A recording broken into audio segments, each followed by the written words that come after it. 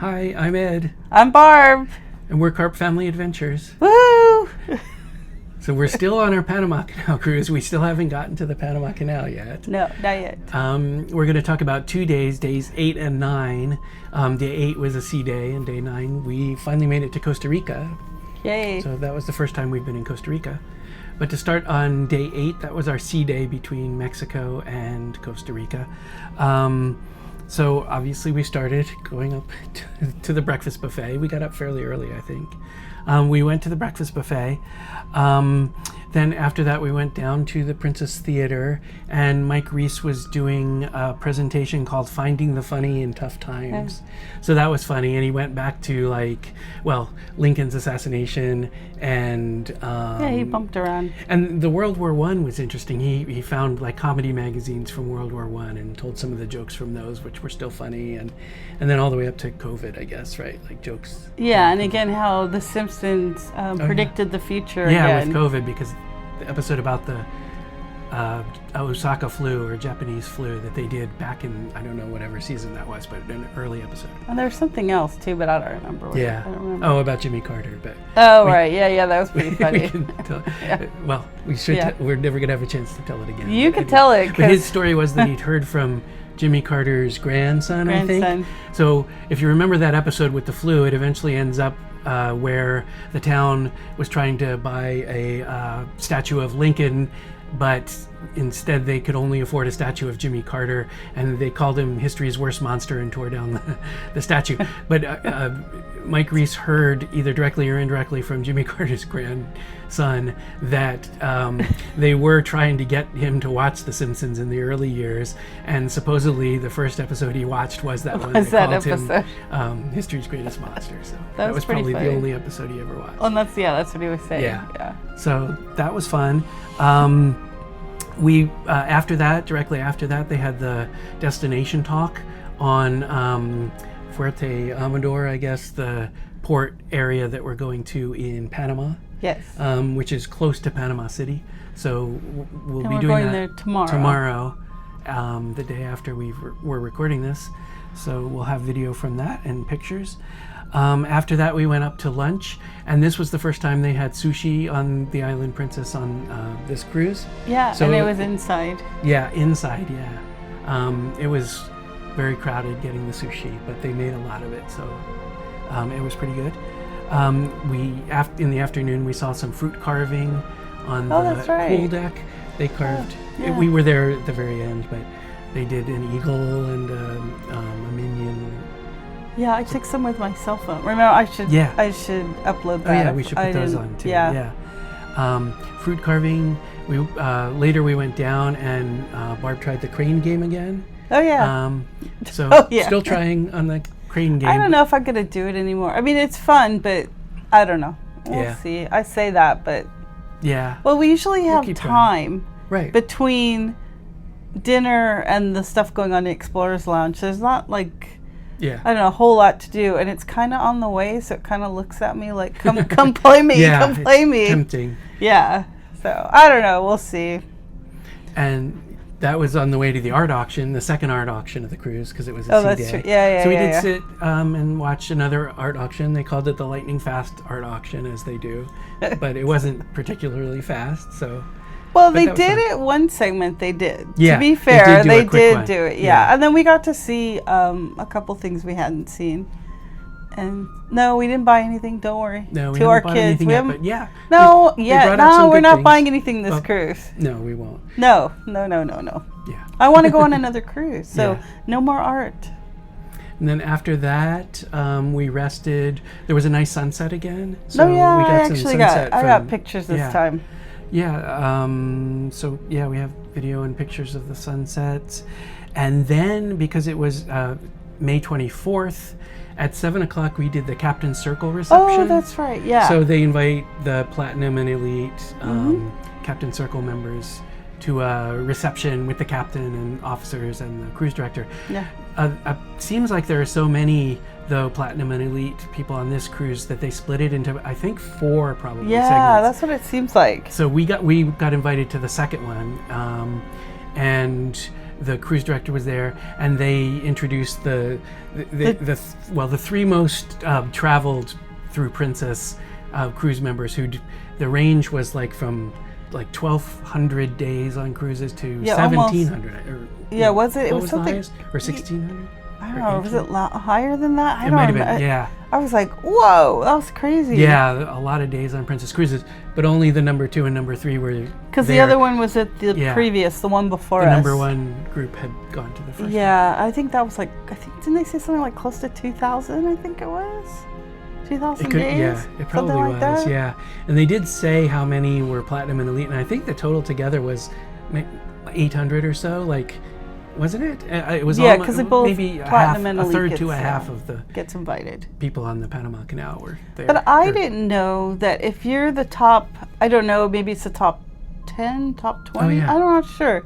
But we found out from our friends Robin and Bob that you get invited to a special either lunch or dinner with the captain. I'm assuming it's dinner. Is it? Maybe? Yeah, it might be. I don't know. They told us that, and they got invited to go. So they told us. 9? Yeah, they're number 9 on the ship. Yeah, so that's they have pretty 600 some days. Yeah, it's amazing. Yeah, so it's good. So they said that they would let us know. Yeah. Take some pictures for us. So yeah, we'll see. So we kind of need to hear about that.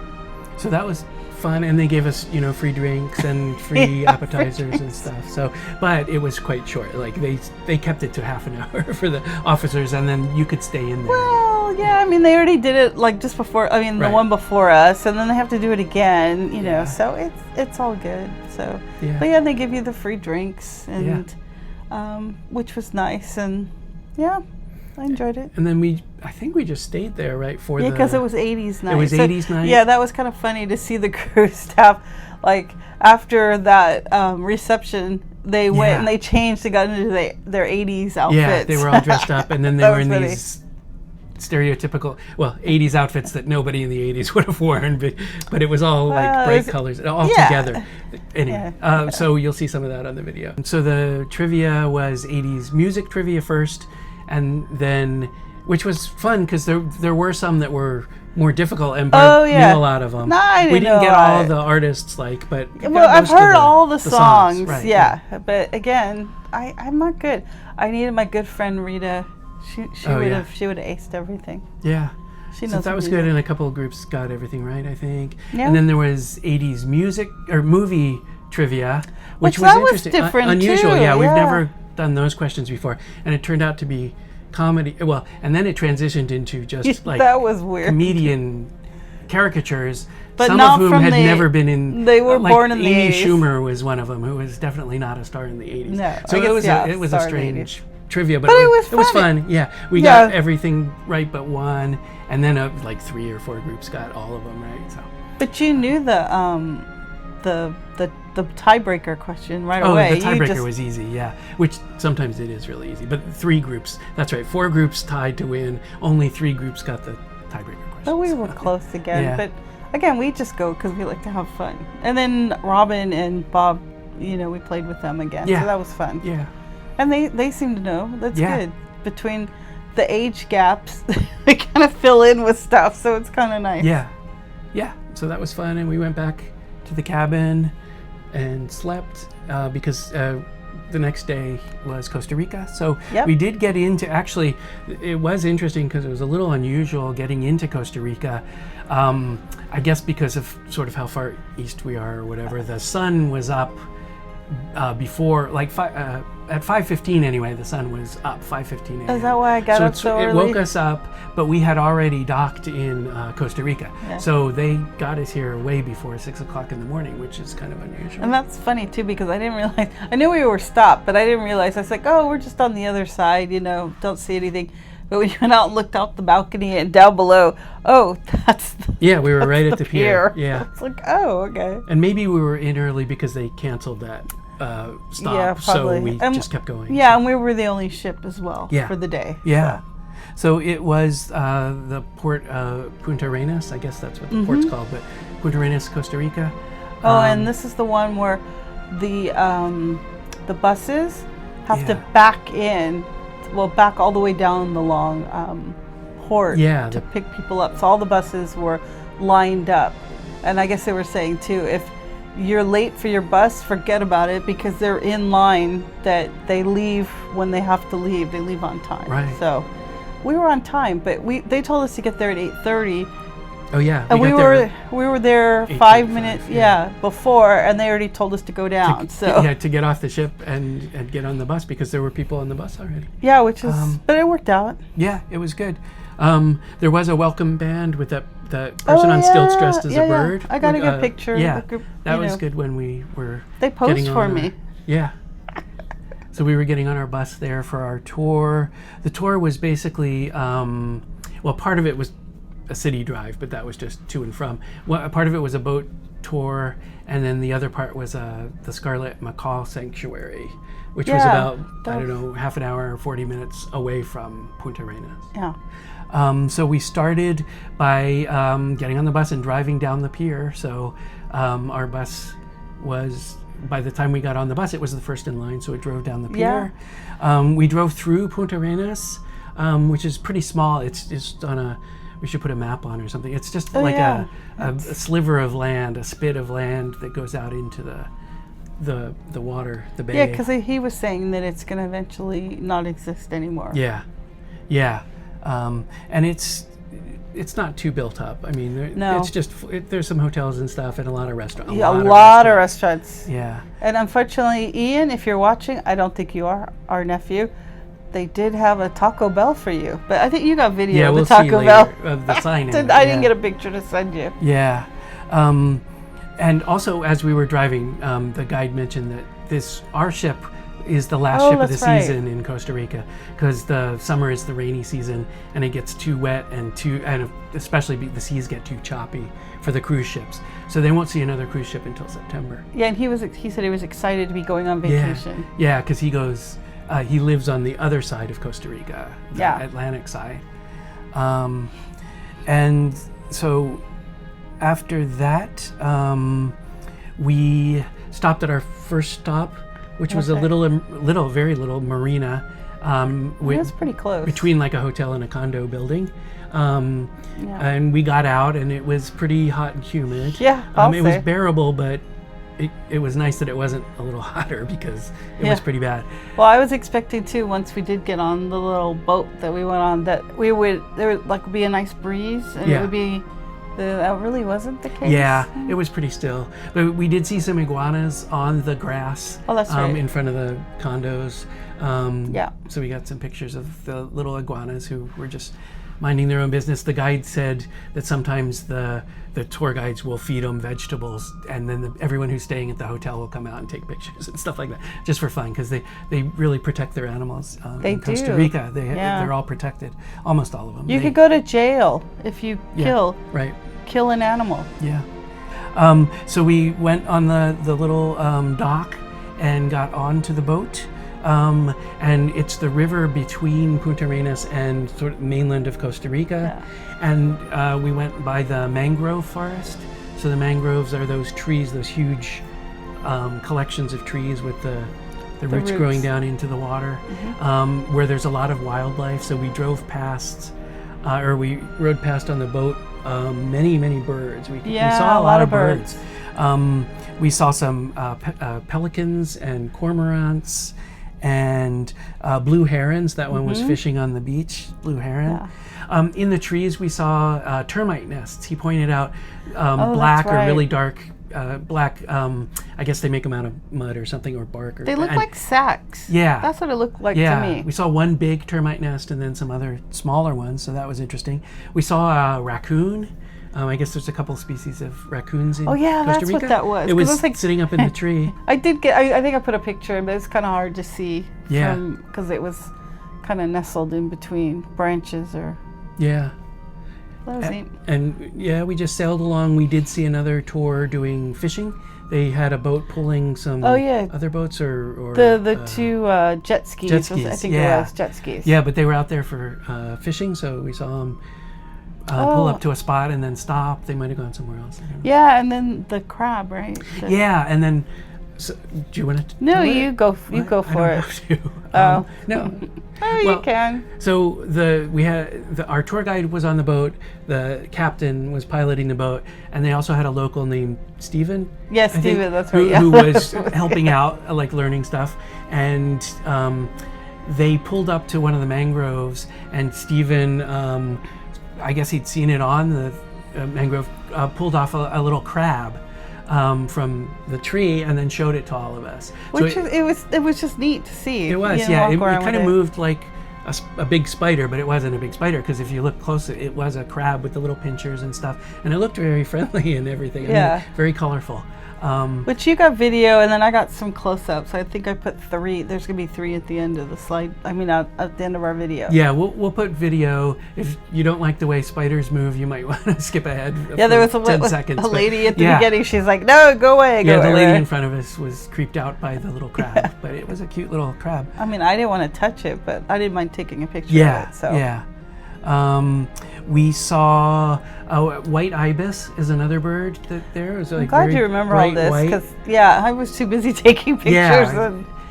And then also these frigate birds.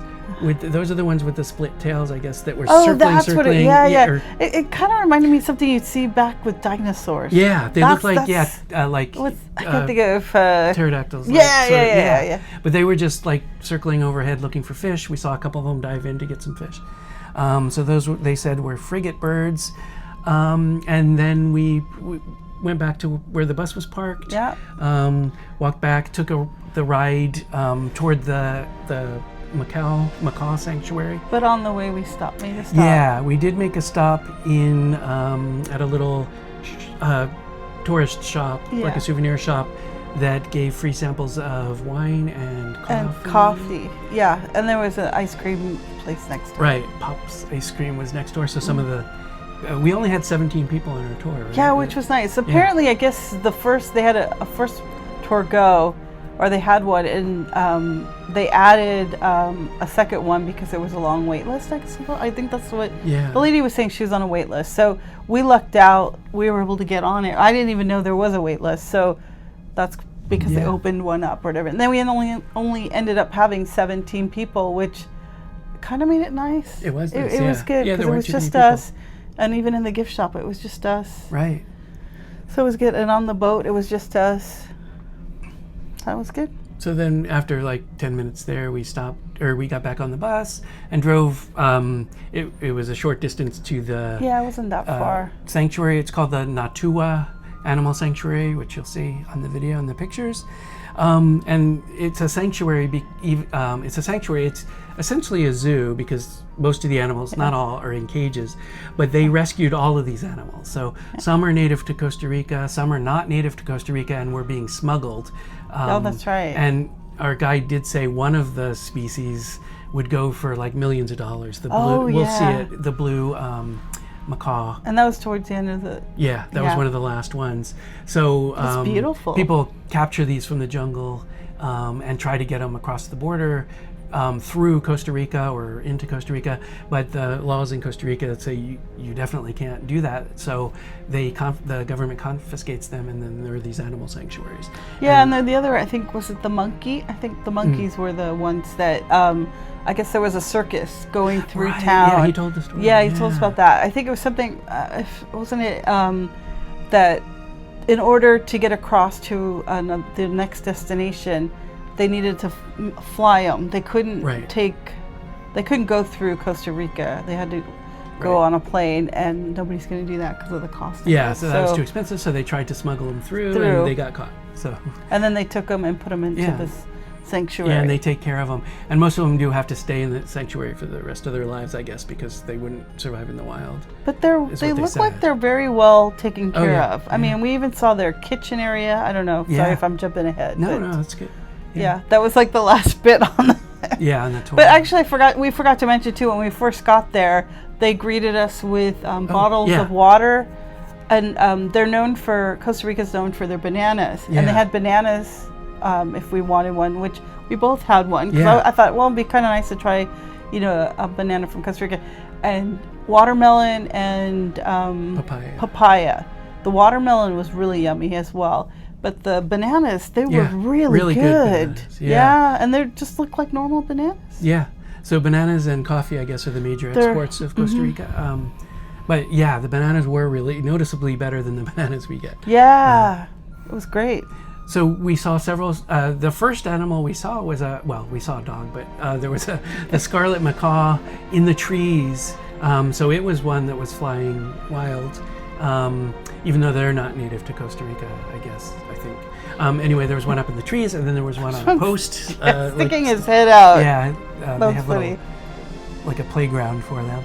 We saw green macaws. We saw several species of monkeys. Yeah. And one of the highlights, even though he didn't do anything, was a sloth in the tree. So he was out of his... he wasn't in a cage. I was saying, when I zoomed in on the picture when I was editing, to me it looked like he was eating a leaf. Yeah. But I don't know if that's true, but that's what it looked like to me. Yeah. So, but it was pretty neat. Yeah. So that was an adult sloth. But you know too that they take care of their place, because when we first started going through, they have gates to go in and out, and you have to use wipe your. There's like a certain pad that you have to disinfectant or something. Yeah, with your shoes. So yeah, we did that to our shoes and then walked on, and then it was a walking tour through the cages and see the animals. Yeah, so the whole walking part, they did let me take my scooter on this excursion. Again, I know I keep throwing my scooter information stuff out, but again, if anybody's out there that is interested, I could not use my scooter at any of the ports, not because they said I couldn't, it wouldn't have worked. Right. So in the sanctuary, it was all gravel. Yeah, and it just, my particular scooter would not have gone over. It wouldn't have handled it very well. But the nice thing was, pretty much everywhere you went, there was a bench. Right. So I walked quite a bit, and then I would rest at a bench, and then But just if anybody's thinking of going and they see our video, it's not the best for walkers. It's not the best for scooters or wheelchairs. Wheelchairs, I think, would be really difficult to do. Yeah, but because it was fairly loose gravel. Gravel. So, yeah. But So, anyways, just throw that out there at you guys. So. And then another highlight, and also another animal that wasn't doing anything, sort of, was the jaguar. The jaguar, yeah. A big cat, a big jaguar, just sleeping or lying down. Or it's just the one? Well, there was a jaguar. There was I'm not sure I got video of the name, but another big cat. Oh, and then we saw an ocelot also. Okay, because I guess the jaguar that we saw was behind the glass. Yeah, because that was there hard might have been another jaguar in there. I thought there was one on the other, before we got to the one behind glass. Okay. Yeah, maybe. But I wasn't sure. Yeah, some of them you couldn't see very well. No. Because they had these very big cages and they could go wherever they wanted. So that was the jaguar. We saw these blue and yellow macaws that were not. Those were the ones I think that were not naturally. They were bred to be that color or something. Some of them were bred to be certain colors, and then the guide said that if they had offspring, the offspring would actually be red or green or whatever it was. So it wasn't like a permanent, like they didn't create a new breed. They just bred those. And then we saw the hyacinth macaw, which is the blue one. The royal it's blue really color, pretty. Really pretty. And that was near the end. Then we saw a tapir, which I didn't think we would see, but he did mention it on the bus. So we saw a tapir who was just lying around. Yeah. We saw a toucan. Toucan. Yeah, we got good pictures. I mean, it's kind of hard to shoot through the fencing, so it's easier for video, I guess. But I don't know, maybe not. But I tried to. Some of the fencing had bigger holes than others, so it was a little tricky. But I tried to get some pictures. But I think you can see that. Yeah. And then we saw a peccary, which is, I think, like a wild pig. Is that what it was? It looked a little like a wild pig. And then the ocelot. And then the last animal we saw were tortoises. Oh, that's right. There were two. They had a big, two species. Yeah, it was really big. A big area for the tortoises to walk around. And they had their food and water there and stuff. Yeah, and that one had the bigger holes for the fencing. So yeah. And there was a lady on our tour. She said, "Okay, hey, you over there," was pointing to me or whatever. There's another one on this side. So I was able to get a better shot because it was facing us, but further away. The other one, it was on the other corner, for like far away, and it was the back, so you could just see a little top bit of the shell. Yeah. But this one, you could see the whole thing. So that was pretty neat to see. Yeah. And then they walked us past the kitchen. Where they prepare all the meals. And they had a little board with everything on it. All the names of the animals, because all of them have names, I guess, and they knew what to feed each one. And then you pointed out the little tiny meat grinder. Well, we saw the meat grinder. It was really tiny. It was like something you'd have in your own personal kitchen. Yeah, but the Jaguar has to eat. He said, I think 2 kilograms at every meal or something of meat, or I don't know what it was, but anyway, but it looked like a good facility. We went to the gift shop and then back on the bus. Yeah, nice air conditioning. By that point, we needed it. You were just drenched pretty much. Yeah, but it was all shaded by the jungle. Because the sun was not direct on any of this. It was, and it was weird because I was really dreading it and the fact of the humidity and all that. But at the end of the day, it was okay, and we had our water, and we just it worked out. And the lovely air conditioning on the bus. Yeah, it worked really well. So we drove back to Puntarenas. At the end, we did see the signs for KFC and Subway and Taco Bell. And then later we saw the Pizza Hut and the Burger King.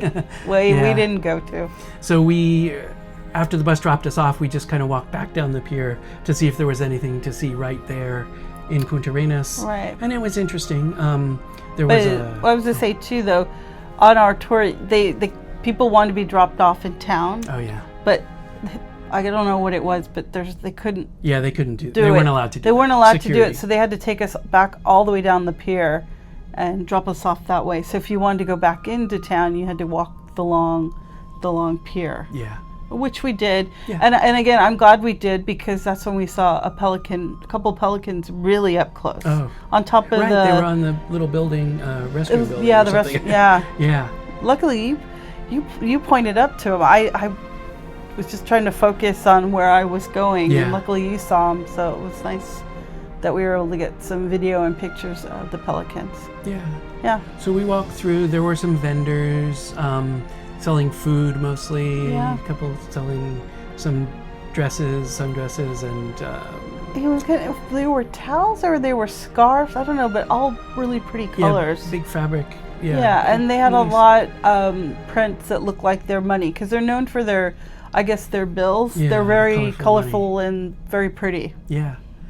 And that's where we saw the Burger King and the Pizza Hut, and they had a little sound shell, like a bandstand kind of area with those blue that's right. And then they had the sign that said, the cutout signs with the name of the port. Puntarenas. The only thing he did say, there's a McDonald's. They have a McDonald's, but we never saw it. We didn't see it. Yeah. Not that we need to see it, but so just that was kind of interesting. So they have the major food chains, I guess, or fast food chains. And that was right on the beach. So some locals were using the beach all day. Mm-hmm. It was an interesting beach. It wasn't like the safest or nicest beach, but the waves broke really close to the beach, which is some fun for riding the surf sometimes. Mm-hmm. But the sand was dark, and there were like trees in the water. Well, that was on one side, right? The other side. I think both sides. Did they have both? Logs. Okay, all right, all right. I remember seeing that. I'm sure there were other beaches that were more convenient for tourists, but people were using them, so it was nice. The water must have been nice because it was so hot out. So we took some pictures along the shoreline, then we went back on the ship. And they're pretty. They check you when you go through. Yeah, definitely secure. They look at your ID. They look at your medallion for Princess to match your name. Yeah, to match your name on your medallion. If you're wearing a hat, they have you take your hat or lift it up, and they go through all your bags. So they're pretty. They're pretty thorough. Yeah, so it was. But they're safe. very nice too. So that's just like before in Mexico, everyone was really. And nice. Everybody even asking it. It wasn't like like crazy. They didn't ask us every time we turned around. Oh yeah, and the vendors were not aggressive at all here. They just said, "Do you want this?" And if not, we walked. But they're very nice. Yeah, really. And another lady asked if we needed help for something or whatever. Yeah. Oh, and another thing I forgot to mention was one of their delicacies here, I guess, is called the Churchill, which is it's a cup of basically fruit, right? And then they'll put like condensed milk, ice cream, and then whatever specialty it is. It's called a Churchill. They'll put other stuff on top of it too, and they sell them everywhere, I guess. But we learned that it's called a Churchill because the person who first started selling them looked like Winston Churchill. It was a long time ago. Yeah. I don't know why. I thought of Rachel, our friend Rachel, because of the condensed milk. But yeah. I wonder if she's ever had one. Yeah, but it looks like you can get them everywhere, and they just call them a Churchill. Yeah. All the different flavors were, or the different types that they had. They were listed with pictures, and that's neat. Yeah. So we got back on the ship around 2:30, and we went up to lunch at the buffet. Yeah. And by the time we went back to our cabin, we looked out over the side and we saw that there was a band playing on the pier, with drums and a saxophone and a trombone and a trumpet, I think. Yeah. And they were playing so that these 4 people in costumes could dance, and they had these big masks on their heads. We'll see them in the pictures of the video, but it was really neat. They had a little window with their head sticking out so they could see, but it was a massive, they had the arms wailing around, and so they must have been pretty hot in there. Yeah, but we also came back and took showers too, because we needed showers. It was hot, so. And that was close to the sail away. It was also close to when the rain was coming in, because you could see like almost all day to the south of us. You could see the clouds over the volcano, where we didn't get good views of the volcano because there were clouds, but it kept coming closer and closer to us. So the dancers and band left, and pretty soon, around that time, the rain was starting to fall. Well, we heard thunder and lightning. Yeah. Well, not heard lightning, saw lightning. Sorry. But heard the thunder. Yeah. That was crazy. Yeah, so we tried to get some pictures and video of the lightning. It didn't work out great, I think, but we got some. You got some video. There's some video of the lightning. Yeah. The hard part was, again, then it started with the rain. Yeah. And the rain didn't just come down vertical. It kind of came down not almost horizontal in a sense. It was wild. It was crazy. Yeah. And big drops, which was different, but. Yeah, but it wasn't cold, of course. It was still warm. But it was nice. But we don't have we don't have a cover on our balcony, so we couldn't really. Yeah, we couldn't open the door because the rain would come in. Yeah. Because of the angle of it or whatever. So, but we got to we always keep our curtains open so we could see it. But the lightning and thunder lasted all night again, pretty much. Well, actually, before we went to bed, I think it was stopping when we went to bed. But when we were later on. In Explorer's Lounge, the way I face it goes. They had the windows across the way, so you could keep. I mean, it almost looked like someone was taking their camera and flashing. Yeah, it was the lightning. Yeah. And then after dinner, we went to Explorers. The first trivia was "Where in the World" trivia. So another geography-based one that was similar. But that was different, though. It was different. One reason was they gave us these silly multiple choices. So for each picture of wherever it was, like there were some easy ones like the Sydney Opera House, they would say, is this Austria, Australia, or none? So it could be a none of the above kind of thing. And some of them were none. Yeah. So we did that. I don't know how we did, but it was interesting to see some of those things. Some were easy, some were hard. So I guess that's a good mix. But again, it's fun, kind of see things you haven't seen, but also the picture. Some of them, like for France. Oh. You could hardly see in the distance. Yeah, it was the just Eiffel the flatness of the city, and then the Eiffel Tower just in the middle. Yeah, really, really tiny. Yeah. But you knew right away what it was. Yeah. So. And then after that was the Battle of the Sexes game. So do you want to tell what happened with Bob? No. Well, we've been sitting with Bob and Robin and another couple, Rick. Yeah. So Bob and Rick both signed up for. Well, yeah, kind of. Well, Bob, kind of not. It didn't force him, but kind of.